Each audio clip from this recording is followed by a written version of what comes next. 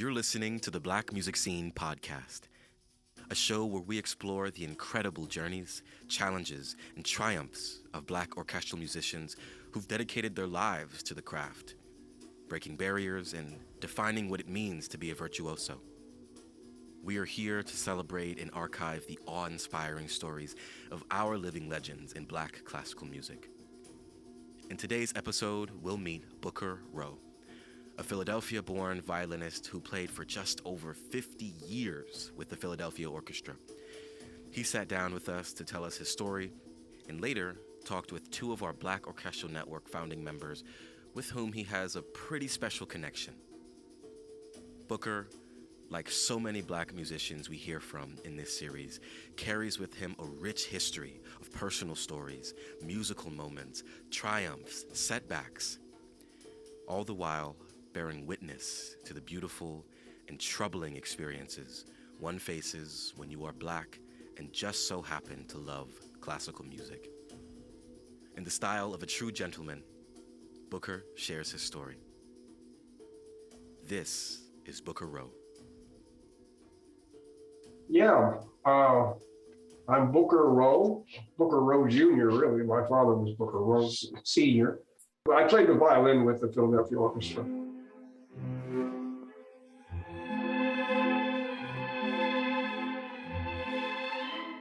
For officially, according to them, 49 years.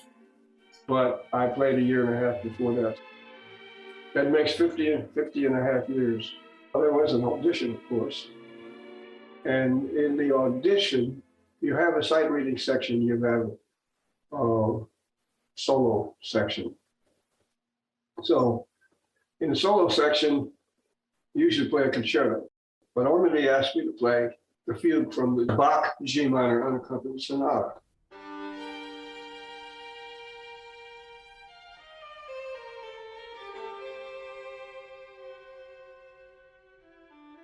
So I did.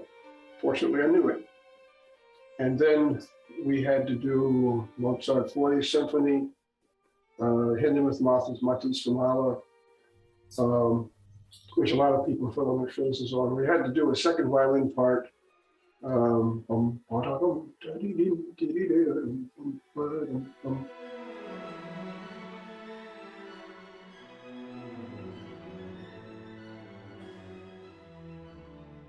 Anyway, that was the fugue. It was a B major. And that was a difficult key, apparently, for a lot of people, but that's what we had to play. And there were several other things. Oh, yeah. Don Juan. Rick Styles, that's standard. But anyway, that was in the audition. Now, so I played for a year.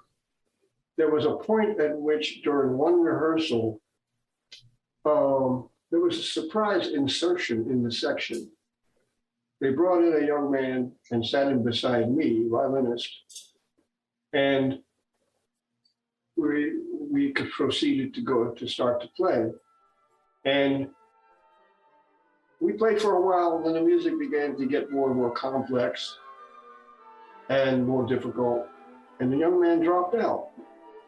And then I just kept playing, and I saw then, I felt that he was talking to someone. I turned my head, it was the personnel manager. He was talking to Mason Jones. And I don't remember him playing anymore in that rehearsal. And then after that rehearsal, I never saw him again. I hadn't seen him before or after that rehearsal.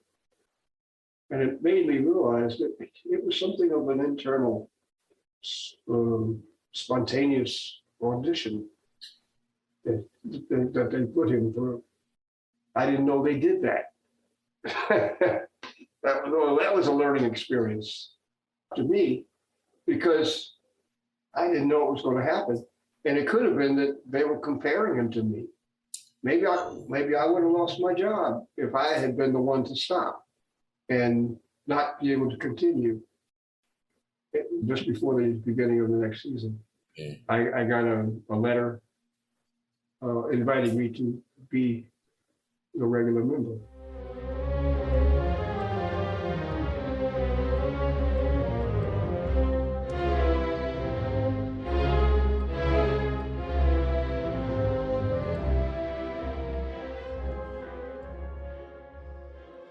It was high school at West Philadelphia High School, and the man's name was Meyer Levin.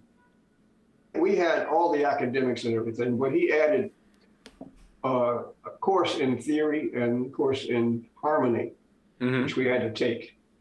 Well, and then at the end of the day, we saw that we saw his orchestral abilities because he conducted the school orchestra the last period of the day, at which time he would bring out, he would devote his time to the music for the school activities, such as graduations or assemblies, school shows. So we, including Broadway musicals by like Lerner and Lowe, so it had to be Lowe in charge of music there, or Rodgers and Hammerstein, it would be Rodgers at that. So all of those music from those guys' Broadway shows we did. And then we had to stay an extra period after school, at which time he brought out the symphonies of Haydn, Mozart, Beethoven, Brahms, and we had to sight read those. So he was building up not just a awareness of the classical symphonies of the great European composers, but also just stylistically how to play them, and the fact that they even existed. So that was our training, and actually building up our sight reading also, which was really important. My mother had searched out the best music program in the city. And matter of fact, I had started piano with her when I was 5 years old. I mean, my mother was instrumental, and my father too. My mother, I used to hear her when I was the earliest remembrances of music, or her playing the piano. She would play things like Beethoven's Moonlight Sonata, something by Chopin. She would play Rustlers of Spring by Christian Sinding.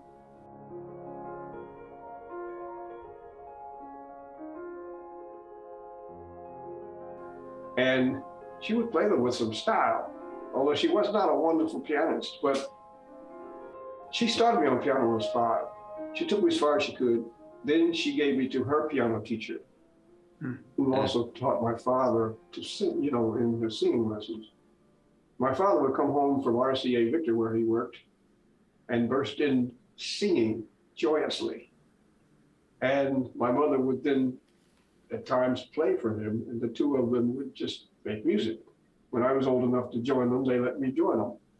So there was music in the house. They loved it. My father would bring home recordings from RCA Victor. And recordings of orchestras, of opera, of semi-classical music. Some of them with solos, some of them without solo. Singers, pianists, all sorts. Wow. And also at church, we got to hear hymns, anthems, not too much gospel music, except the young adult choir every now and then would sing. That was sort of new in our church. It was an AME church. So hymns, spirituals, anthem, basically. My father introduced me to 3 very important people. He introduced me, must have been 1948, to Paul Robeson at the National Democratic Convention. And he was running for office himself. He worked with the Progressive Party of civil rights and all. And he took me with him. And I remember he made a speech, and I was so proud. I was sitting amongst all these people, and I said, "That's my daddy." And I looked around, and all these all the white people were looking stone-faced. no response. That's the first time I realized that everybody didn't like my daddy. Wow. So, that's the first time I realized that there is controversy in the world. I've been all over the United States, speaking and attempting to speak, and I have been experiencing in our own country today this very thing of control over the people through fear, terrorism, and brutality. This is happening in all parts of this land. Now, Booker, I heard a really interesting story that I would love for you to say a little bit more about. I'd heard that you played in the first integrated string quartet in the South.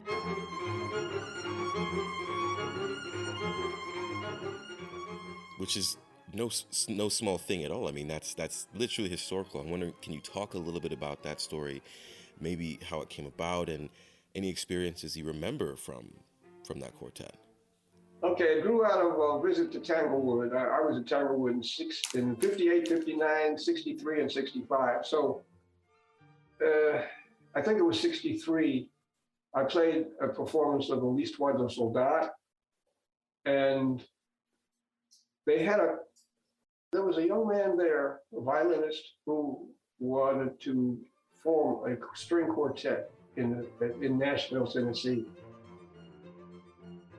And he approached me to get me to play second violin. I also had an offer for the Detroit Symphony, which I'd taken the audition in New York, and they asked me to play. And I had to make a choice, and I chose Nashville as a greater challenge, and also because we'd have a string quartet. And the very fact that I was in the string quartet made it integrated, and it was the first integrated quartet of the South, in the South, as it had become. We played 250 schools a year. Wow. That string quartet played most of the concerts I played down there. 250 schools a year. Like every day we went to a different school, and played for grades 1 to 3, and then grades 4 to 6. With a question answer period in the middle of the performance. But anyway, there was also the orchestra, which didn't perform, but maybe, several times a year. And I played that too, the Nashville Symphony. So I integrated that orchestra too, and I would have also integrated the Detroit Symphony if I had taken it.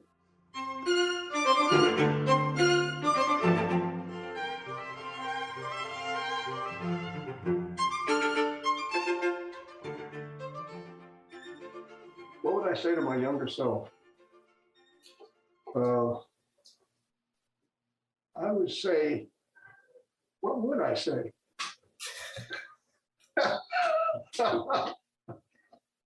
My younger self. I don't know. I think I would encourage myself to do that because I can't think of anything else I'd want to do. I would say follow that line that you're on, or that I was on. Do it because I don't see too much out here that's much better.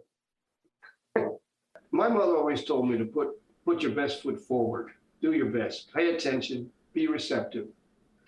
Don't be afraid to ask questions if you don't understand something.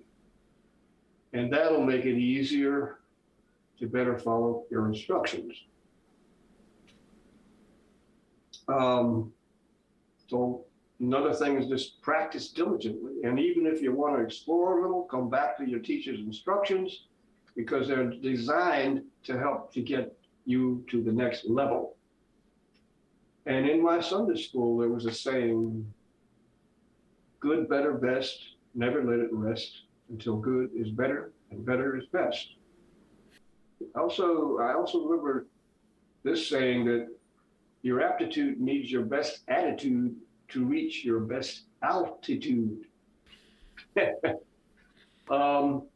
There was also erase negative voices. That's another thing that I tried to get students to do. Remove the naysaying, because I had that in my own upbringing. from an uncle. Naysaying and influence of naysayers from your mind. Don't waste your precious time using words like can't. They're obstacles that stand in the way of the progress. And even if it's never been done before, you may be able to do it in time if you try. Who knows, you may score first. So you substitute positive thoughts in the place of negative thoughts. You have to remember the story of the little engine that could, that we learned in maybe second and third grade, I don't know.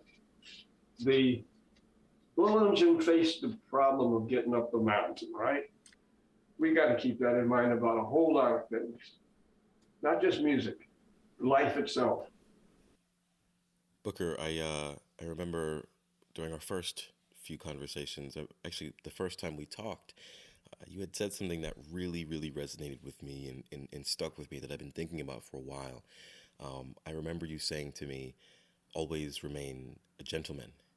And I know for many reasons, for many people, that's something that can be very, very difficult to do, especially in our orchestral field. And I'm actually wondering if you could say a little bit more about that.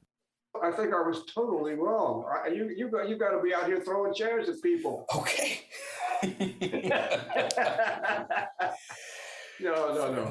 No. I stick by that. I stick by being a gentleman as much as you can until you are forced not to be.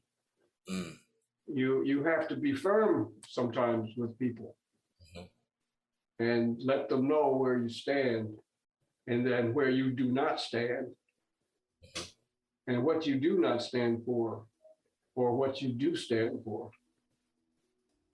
Yeah. Because otherwise you're going to be awash like the world is now. You have to know what's right and what's wrong, and stick by it.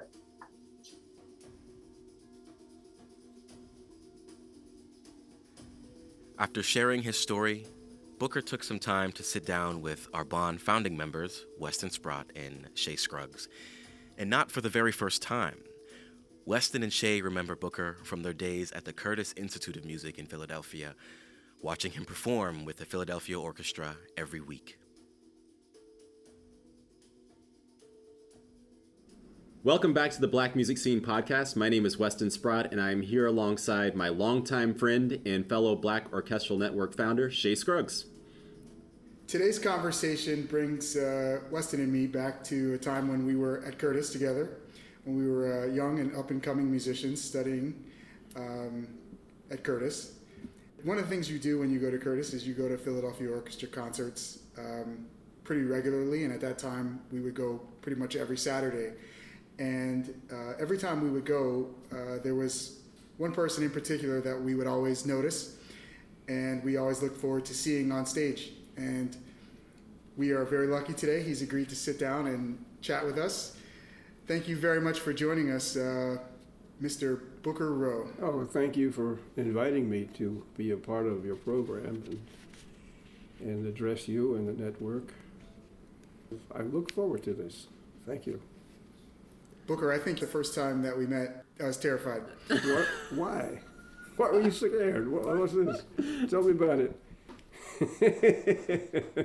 So, probably because I was like clutching my oboe like I was hanging from a cliff trying to sight read the Magnificat. Oh. I don't remember that, no. Yeah, okay, so you were contracting an orchestra, and I think we were at a church, maybe it was out in Mount Airy or Germantown or something. I'm not exactly sure the name of the church. Oh, yeah. Yeah, you were contracting, and somehow, I think maybe you talked to Leon Wong, who was like one of my good friends when I was at Curtis. Yeah. And he was like, "Hey Shay, let's go do this." And I was like, "Yeah, sure." So the two of you played that, right? That's right. We both played the Magnificat. Yeah. You were the concert master, but I think you were also the contractor. Yeah, I used to contract a lot of those things. Yeah. So that was honestly, all joking aside, that was a great experience for me. But yeah, I think that's the first time that we met. Okay, you clarified it for me. And I think you gave us a ride there. There might have been a couple of gigs that we did together, but I know that you picked us up and you drove us out there because it's not that easy to get out to the suburbs from. Yeah, well, you Center guys City? didn't. I guess you guys didn't have a ride. Whenever I was trying to get a orchestra together for whoever, they had to get there somehow, and if they didn't have a ride, then I tried to give them a ride. So, and you guys were special because you were from Curtis. I mean, everybody I contracted was not of that caliber. Hey, Booker, playing with the Philadelphia Orchestra for over 5 decades is no easy accomplishment, of course. No. And we're just wondering, when you think back on your time, what are some of the most joyous or memorable moments that come to mind for you? Well, the first one was the call that I got from Mason Jones, the personnel manager. I was in New York, in Brooklyn Heights. I had an apartment, and I got this phone call asking me, from Mason Jones, asking me if I would come and fill in for one of their violinists who had just passed away.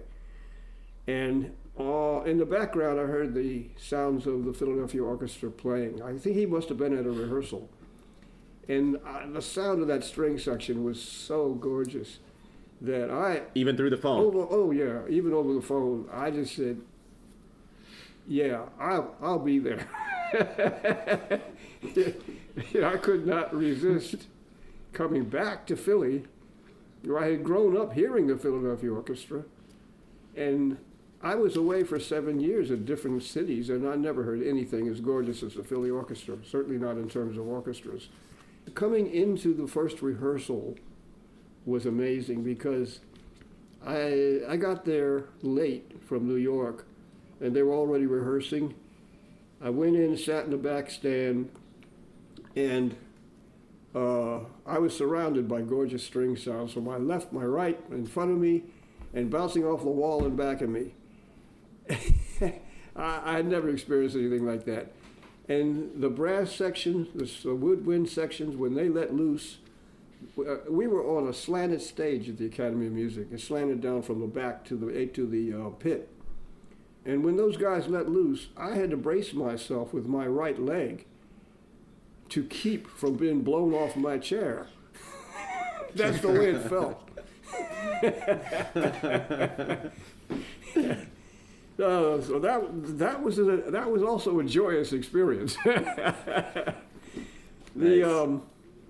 Another thing was I hearing under Ormandy Prokofiev's Piano Concerto No. 3, or hearing the Mahler Second Symphony, Resurrection, and also under Sir Simon Rattle.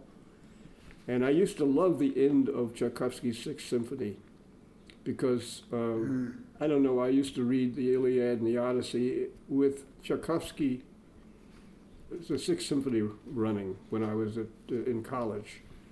Wow. And it was somehow very appropriate. I always loved the third Beethoven, the Eroica Symphony, the sixth and the ninth. And Verdi's Requiem with Florence Quivar, she was soprano, black soprano, substituting for somebody. I don't even know who she substituted for, but that was at the Basilica of St. Peter and Paul under Ormandy. Wow. Also under Ormandy, there's just the sheer depth and beauty of the Philly Orchestra string section. The general virtuosity of the orchestra and the roundness of the attacks was like landing in a net or a soft cloud. And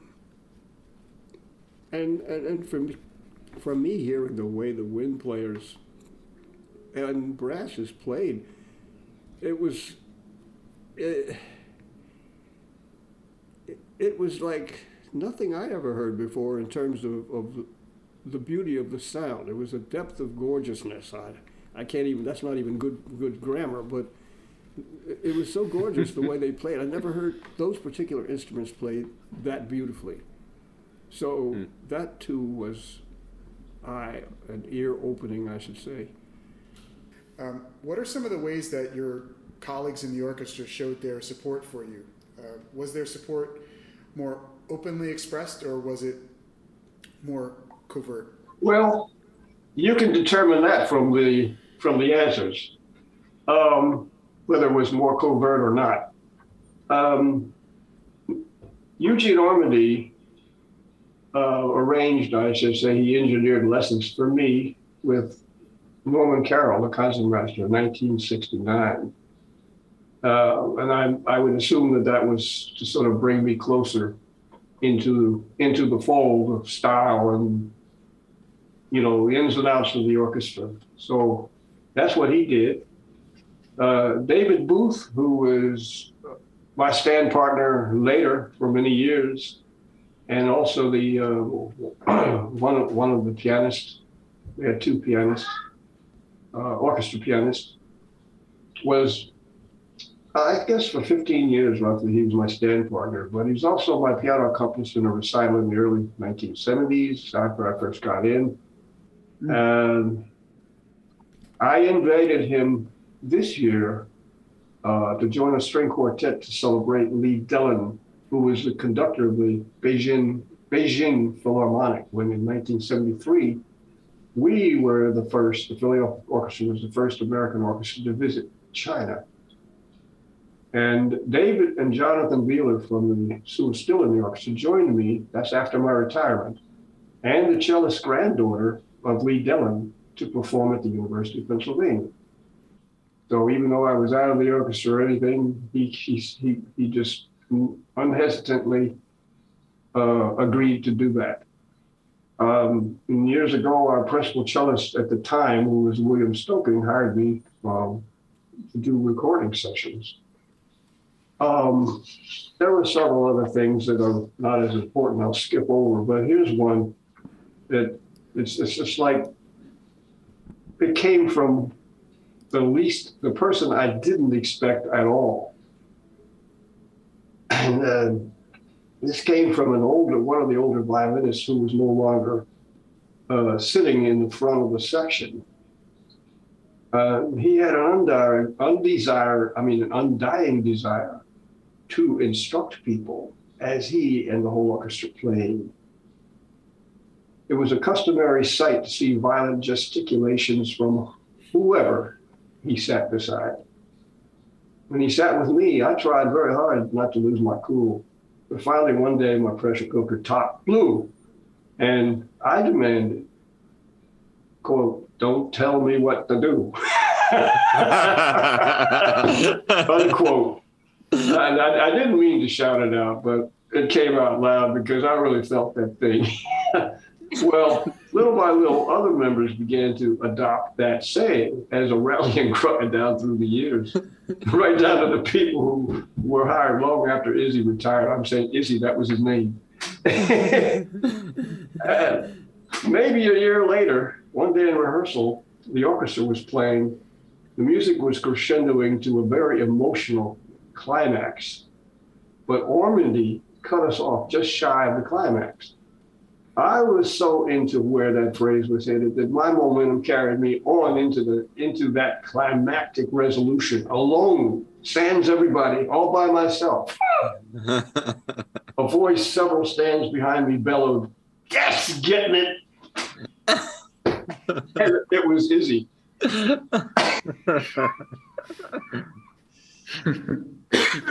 guy who seldom agreed with any way anyone did anything. Yet he hardly approved of my intentional transgression.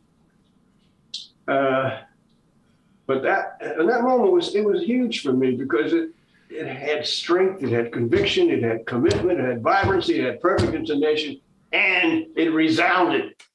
It was the best mistake of my life. And the biggest critic in the orchestra saw it as a triumph, which I still respect. Wow. That's a great story. Yeah. One of the experiences Weston and I had at Curtis is going to Philly Orchestra every Saturday and getting a chance to hear you and the orchestra play, and you just get this incredible sound in your ear. And so when I think about the musicians that I looked up to, and I know from talking with Weston, the musicians he looked up to, many of them sat on that stage every Friday afternoon, every Saturday night. I'm really curious, who are the musicians that you looked up to? Jascha Heifetz, Fritz Kreisler, Rich Chrysler certainly with a beautiful, I mean, it's like butter you could slice through. Heifetz's technical ability, but that's not, they used to say he was cold, but I didn't find him cold at all. It's just that he could express it much quicker. Just jealousy, I think. Yeah. Leopold Auer, my father, I think he sounded more like Leopold Auer than anybody. Let me see. There was Horowitz. I listened to a lot of Horowitz and Rubinstein. There's pianists. I love piano playing. Who else? I mean, those are people that stand out.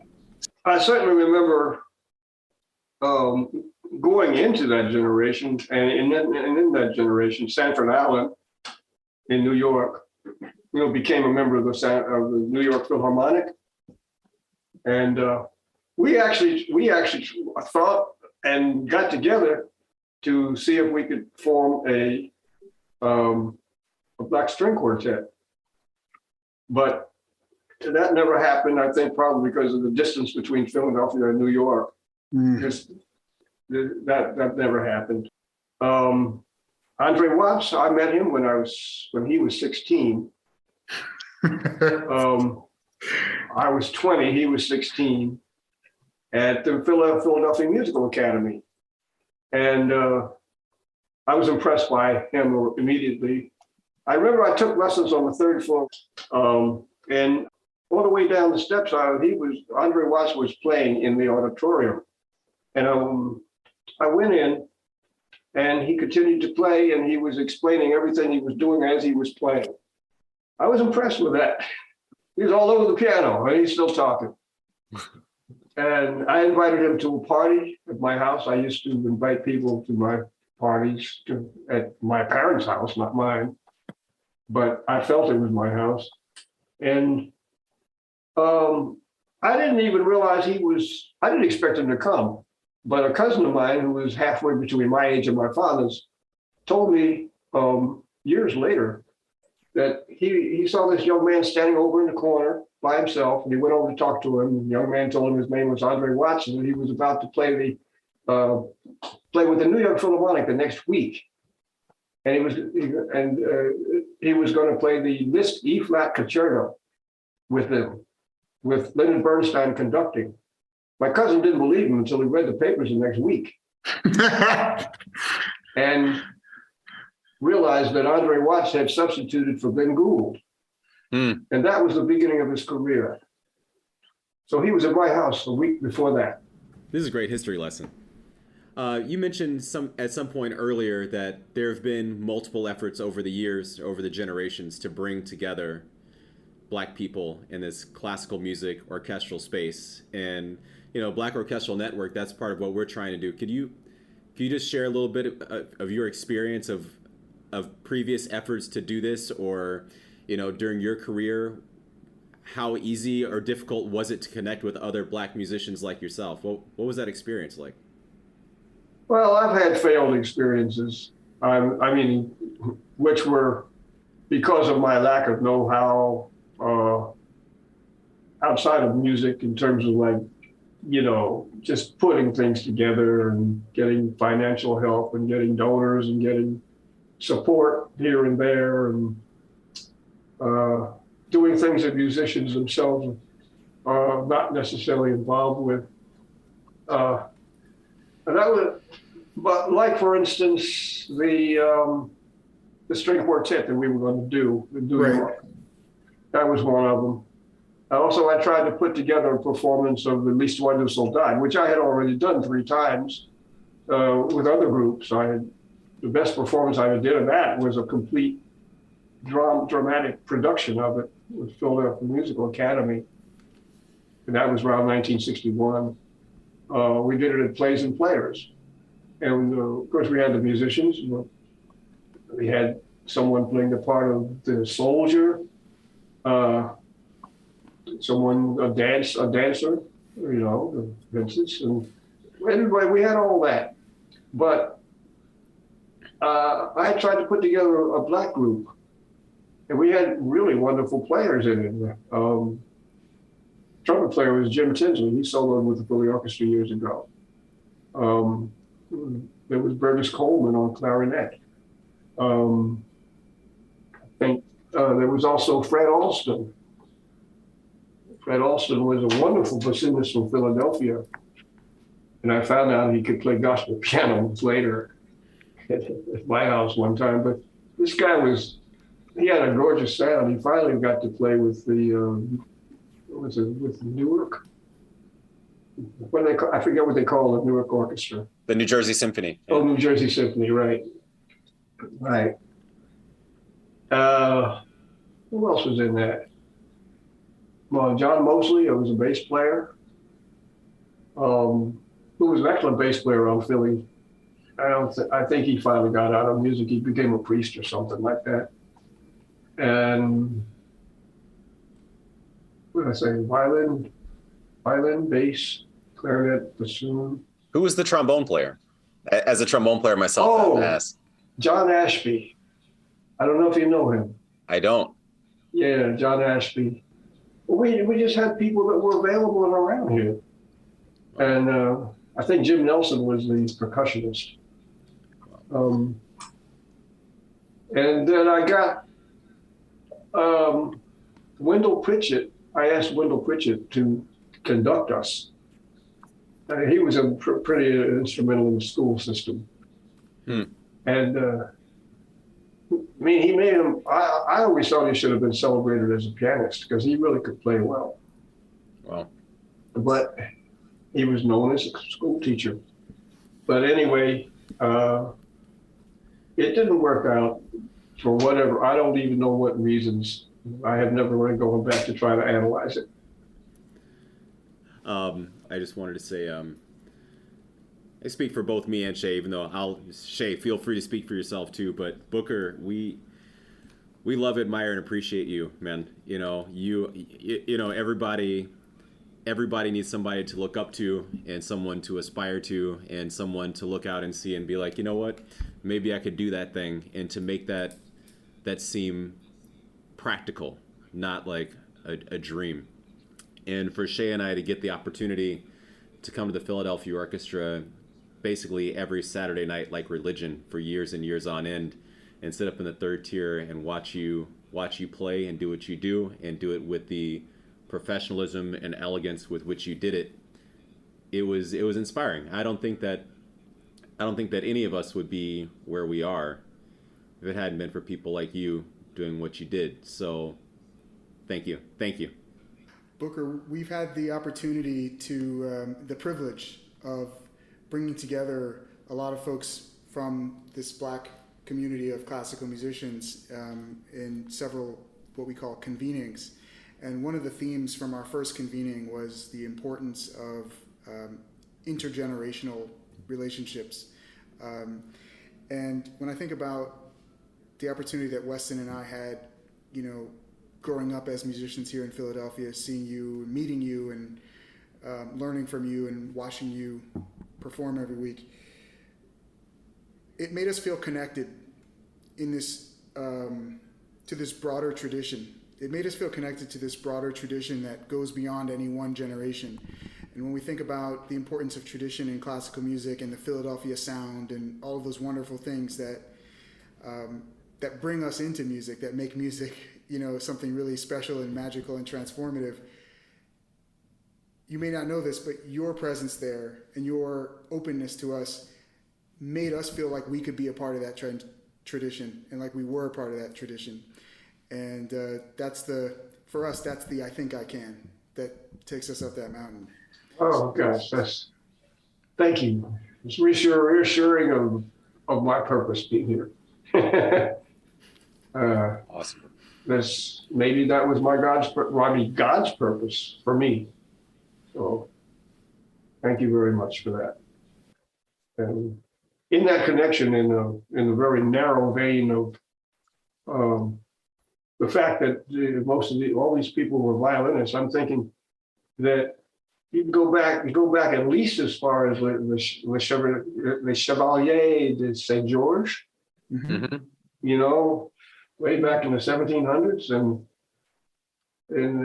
then there was like, what was his name, Will Marion Cook, and there was, from him you get to Jose White, and I don't know if you know of all these people, Clarence Cameron White and Edwin Francis Hill, even from Philadelphia. He was from Philadelphia.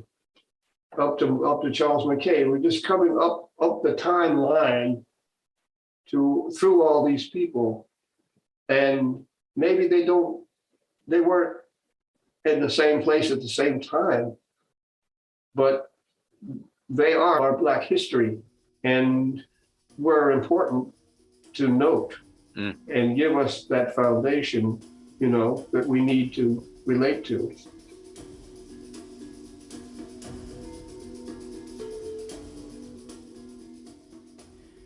The Black Music Scene podcast was written and produced by David Norville.